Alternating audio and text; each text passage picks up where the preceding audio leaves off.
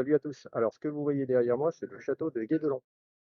Donc, c'est un château médiéval qui a été construit de nos jours, avec les techniques de l'époque. Allez, je vous montre tout ça. Alors pour commencer, j'insiste bien que ce château est en construction. Donc c'est un château neuf des temps modernes qui s'est inspiré des canons architecturaux de Philippe Auguste, le roi bâtisseur. La construction de ce château est d'ailleurs financée grâce à l'entrée des visiteurs. Et les travaux ont démarré en 1997. Au tout début, il y avait seulement une dizaine d'ouvriers qui commençaient les travaux. Guédelon est avant tout un chantier d'archéologie expérimentale où il faut construire pour comprendre. Et c'est en 1998 que Guédelon ouvre ses portes au public. Dans ce château, on vous présente tout type de métier, comme le rendez-vous des maçons sur la place du château, ainsi que le chroniqueur du château qui vous expliquera ce chantier. Nous avons aussi les herboristes, les tuiliers et potiers, et bien sûr, tout a été réalisé avec leur technique ancestrale. Les tailleurs de pierre, qui m'ont d'ailleurs appris pas mal de choses sur le marbre, le calcaire marbrier et tout ce qu'on peut retrouver en Bourgogne. Je peux d'ailleurs prendre un moment pour vous expliquer qu'il y a 3 familles de pierres, et pas qu'en Bourgogne bien sûr. Tout d'abord, nous avons les roches sédimentaires, comme le calcaire et le grès, et ce sont des couches de sédimentation qui se sont accumulées. La deuxième famille, ce sont les roches magmatiques, donc ça se passe tout au fond de la Terre. Après, peut-être pas tout au fond de la Terre, mais assez profond, là où la roche peut être en fusion et devenir liquide. À ce moment-là, on va avoir quelque chose de très homogène, ça va remonter à la surface très lentement. Donc ça, c'est le granit. Ou alors, ça va sortir des volcans, donc ça, c'est le magma. Là, par contre, ça va pas avoir le temps de se cristalliser. Donc ça va être en soi homogène, mais avec beaucoup d'air, beaucoup de trous, et ça va être une pierre très légère, et donc une roche volcanique. En fait, c'est une pierre qui se fige tout de suite, et l'air rentre à l'intérieur. Et il y en a une un peu entre deux, et cette catégorie de roche, bien, c'est la roche métamorphique. Donc c'est une pierre qui a subi la pression de la température, mais pas assez pour que ça soit complètement liquide. Et en fait, ça a juste changé d'état. Voilà, donc ça c'était pour le métier des tailleurs de pierre. Après, vous en avez d'autres, comme le métier de forgeron, avec ses techniques ancestrales. Les menuisiers, qui se trouvent dans la cour du château, mais aussi un peu à l'extérieur, en direction du moulin hydraulique. Les vannières, par exemple, pour la fabrication des paniers.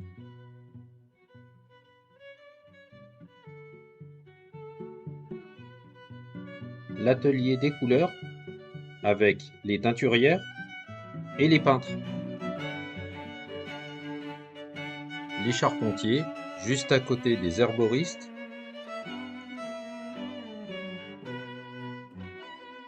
Et voici également leur atelier.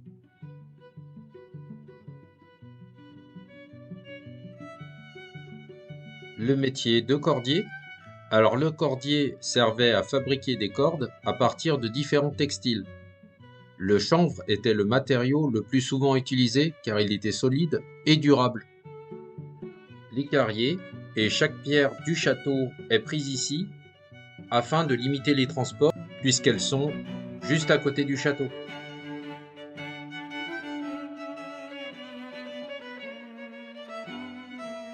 Nous avons aussi les charrons qui utilisaient le bois et le fer pour construire et réparer des véhicules attelés.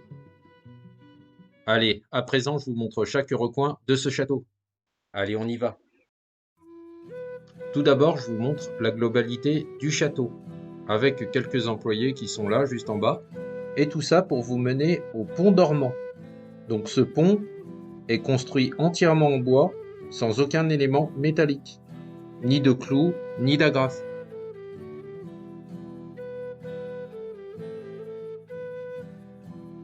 Là, nous avons ce que l'on appelle la porte entre deux tours. En fait, il s'agit de l'entrée principale du château, et sous les arcs se trouve un système de défense assommoir pour jeter des projectiles sur les assaillants. Et c'est aussi ici que les archers se retrouvent pour tirer sur l'ennemi. Allez, on se retrouve dans la cour du château. Et ce que nous voyons en face de nous, eh bien, c'est le logis seigneurial. Là où se trouve au rez-de-chaussée la cuisine et le cellier. Et j'en profite pour vous montrer cette superbe toiture. Regardez comme ça a été parfaitement réalisé, avec ces belles poutres apparentes. Au premier étage, il y a une chambre, mais bon, pour le moment, nous n'avons pas le droit d'y aller. D'ailleurs, dès que l'on peut voir ce logo-ci, vous pouvez entrer. Donc là, je vous le montre un peu plus en détail. Donc c'est un château vert sur fond blanc. Et cela veut dire que la pièce est terminée et visitable. Par contre, bien évidemment, lorsque l'on a un château rouge, c'est complètement interdit aux visiteurs. Et un château orange, ça veut dire qu'il faut être vigilant. Il peut y avoir des transports de matériaux ou des chemins accidentés. Mais vous pouvez y aller.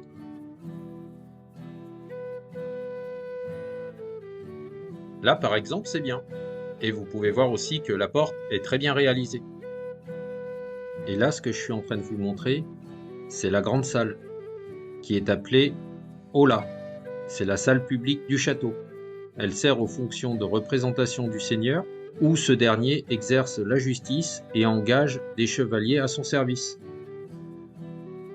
La Aula est une salle polyvalente qui sert tantôt de tribunal, tantôt de salle des fêtes, où se déroulent des cérémonies d'hommage des vassaux, des actes et donations et les banquets.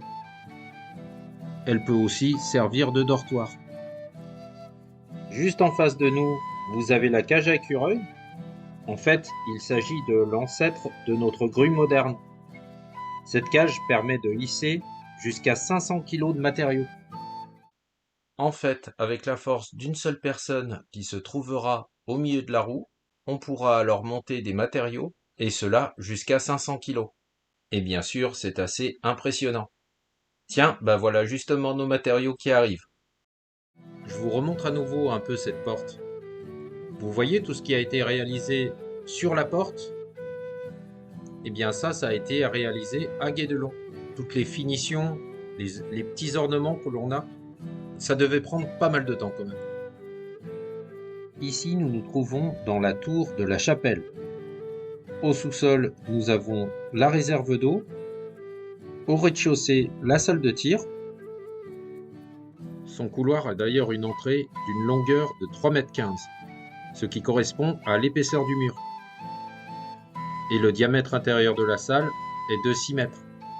Réalisée en 2005, cette salle est couverte d'une voûte d'ogive à 6 branches reposant sur des culots. Les versoirs, les culots et la clé ont été taillés en grès fuligineux. Là, ce que je vais vous montrer, ce sont les latrines. Et c'est ce qui désigne les toilettes au Moyen-Âge.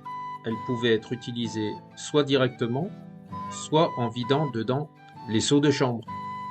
Bien sûr, fallait pas être dessous lors de son utilisation. Et enfin, la chapelle, qui a commencé à être réalisée en 2014. Cette salle est d'ailleurs le lieu de convergence de tous les savoir-faire présents à Guédelon. Les maçons ont élevé les murs circulaires de la tour et ont implanté la fenêtre à remplage et les 3 fenêtres en lancettes. Les enluminures et comptes de chantier montrent que les fenêtres des châteaux du XIIIe siècle sont faits de cadres en bois couverts par une protection translucide. Ce passage est couvert et permanent et il se situe vers le cellier ou encore la tour de la chapelle. Et cette sortie discrète se nomme la poterne. Et en fait, lors d'une invasion, vous pouvez vous retrouver facilement à l'extérieur du château. En gros, c'est un passage pour évacuer le château en cas d'attaque.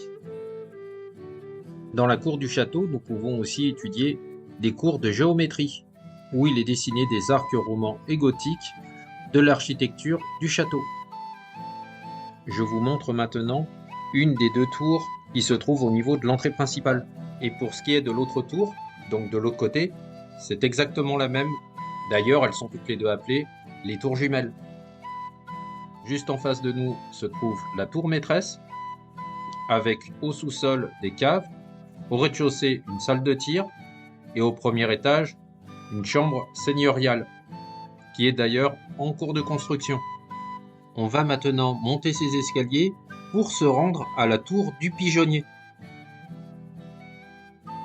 Du coup, on va prendre un peu de hauteur, et c'est ce qui va nous permettre d'admirer la carrière, où travaillent bien sûr les carriers. Je vous remontre encore la tour de la chapelle, le logis seigneurial, et donc la tour du pigeonnier juste en face.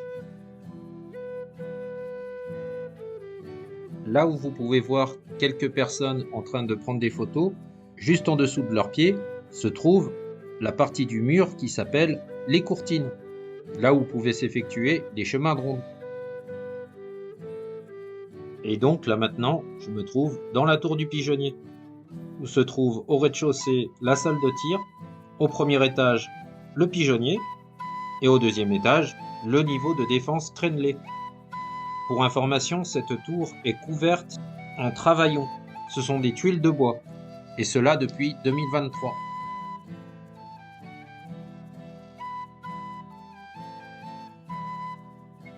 Juste en face, vous avez la galerie en bois. Donc c'est ce qui permet aux gardes de relayer les chemins de ronde sans traverser la chapelle réservée au seigneur et ses proches.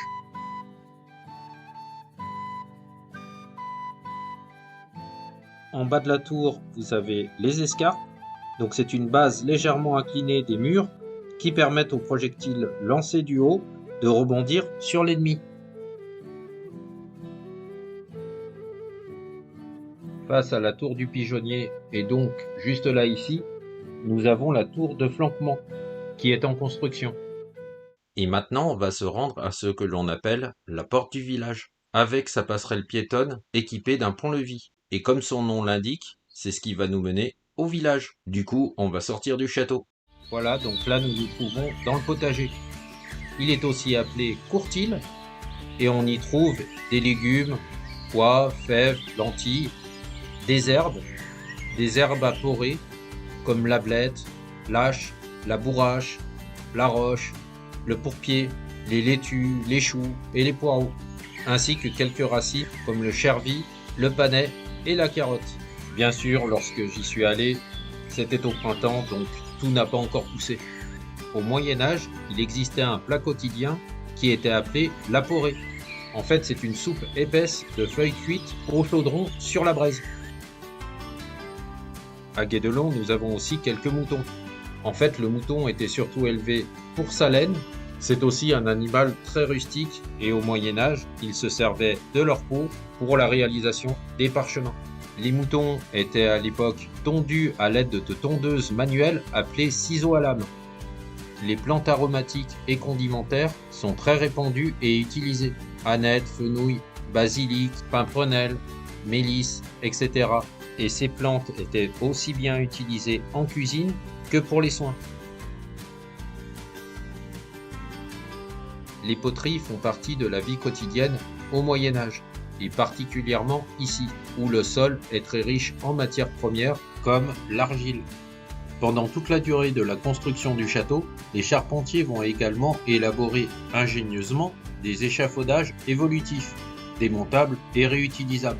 Ils assemblent également les engins de levage, comme les poulies, les treuils, les chèvres, les cages à écureuils, etc. Les charpentiers réalisent l'ensemble du petit matériel nécessaire au bon déroulement du chantier. Les brouettes, les gommates pour le mortier, les règles, les archipendules, les piges, les compas, et j'en passe. Les charpentiers abattent des arbres au coin et à la hache, et principalement ils utilisent du chêne. D'ailleurs, une fois l'arbre abattu, ils l'équarrisent rapidement pendant que le bois est vert, facilitant ainsi le travail à la hache et à la doloire. Et en fait, l'équarrissage consiste à rendre carré un tronc d'arbre en retirant l'écorce et une partie de loubier pour former poutres, chevrons et solives. Pour information, ce que vous pouvez voir sur les images, c'est le meunier, un moulin hydraulique qui se situe à 500 mètres du village. Là, vous pouvez voir un four à poutres et le four à tuiles juste à côté. Ici, les tuiliers moulent et cuisent toutes les tuiles et carreaux de pavement du château. Et pour cela, ils utilisent l'argile qui est extraite du sol du chantier. Cette argile est foulée, nettoyée, battue, puis moulée. Les tuiliers disposent de plusieurs tailles de moules selon les différentes utilisations dans le château. Une fois sèches, les tuiles sont mises à sécher durant plusieurs jours dans des claies. Et 2-3 fois par saison, les tuiliers cuisent leurs tuiles et carreaux de pavement sous vos yeux. Je peux vous montrer aussi un jeu de dames du Moyen-Âge. Et un autre jeu qui est fabriqué ici, par contre, je ne sais pas ce que c'est. Je vais vous parler un peu plus du métier de cordier.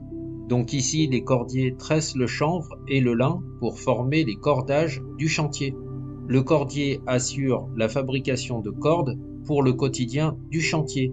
Il réalise des torches, des gros cordages tressés qui sont indispensables aux tailleurs de pierre pour protéger la pierre durant la taille et les transports. Ici, nous avons les vannières Treslosier pour fabriquer les paniers du chantier.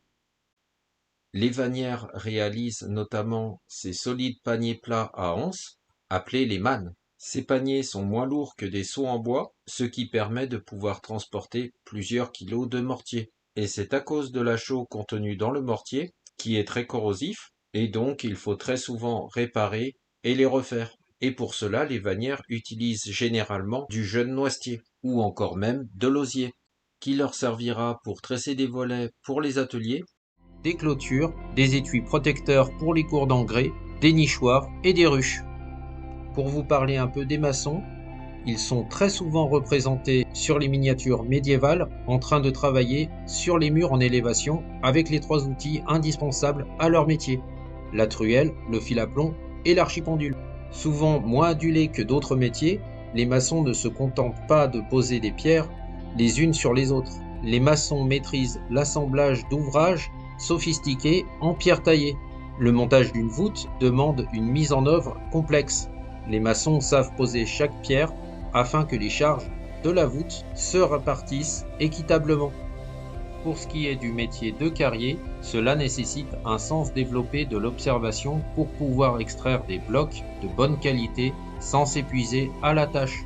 Il faut parfois plusieurs années pour savoir lire la pierre. À l'atelier des couleurs et donc à partir du sol de Guédelon, il est extrait une quinzaine de couleurs. Par exemple, certaines pierres donnent de l'ocre jaune et lorsqu'elles sont chauffées à haute température, cet ocre devient rouge. Et un dernier exemple, avec le charbon de bois mélangé à la chaux, cela devient un bleu grisé. Et toujours dans cet atelier, on teint la laine à partir de végétaux. Et ça, c'est le travail de la teinturière. Je peux vous dire aussi que la cuisson de la laine dans ces bains de teinture permet de fixer la couleur. Pour les forgerons, je peux vous dire en plus, non seulement qu'ils fabriquent et réparent les outils usés, broches, ciseaux, chasses, mais qu'ils sont en contact aussi permanent avec le maître d'œuvre. Les forgerons assurent aussi la fabrication de clous, gonds, pentures de portes, grilles, ainsi que toutes les ferronneries ouvragées des portes.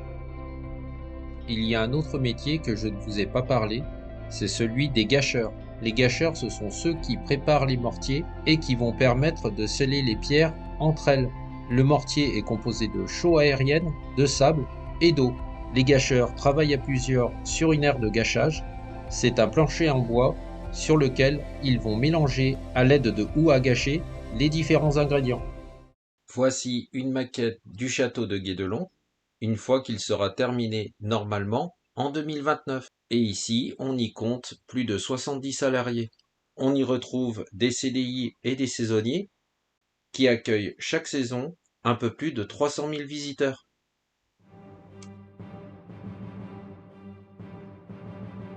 Voilà, j'espère que cette vidéo vous aura plu. Pour ma part, je suis un fan du château de Guédelon. J'admire tout ce qu'ils font. Et comme vous avez pu le remarquer sur ma chaîne, je partage souvent des explorations liées à des châteaux, ainsi que quelques autres explorations, à l'étranger ou en France. Donc voilà, n'hésitez pas à vous abonner si ça vous a plu, et à me laisser un pouce si vous avez aimé. Allez, à bientôt!